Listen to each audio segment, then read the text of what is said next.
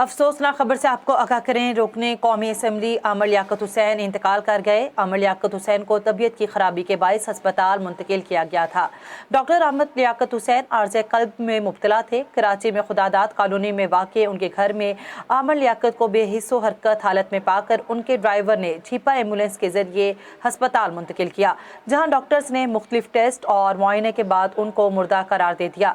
Doctors मजीद जाँच कर रहे हैं कि आया आमर लियाकत हुसैन की मौत तबई है या उनकी मौत की कोई और वजूहत है। आपको अफसोसनाक खबर से आगाह कर रहे हैं। रुकने कौमी असम्बली आमर लियाकत हुसैन इंतकाल कर गए। आमर लियाकत हुसैन को तबीयत की खराबी के बायस अस्पताल मुंतकिल किया गया था।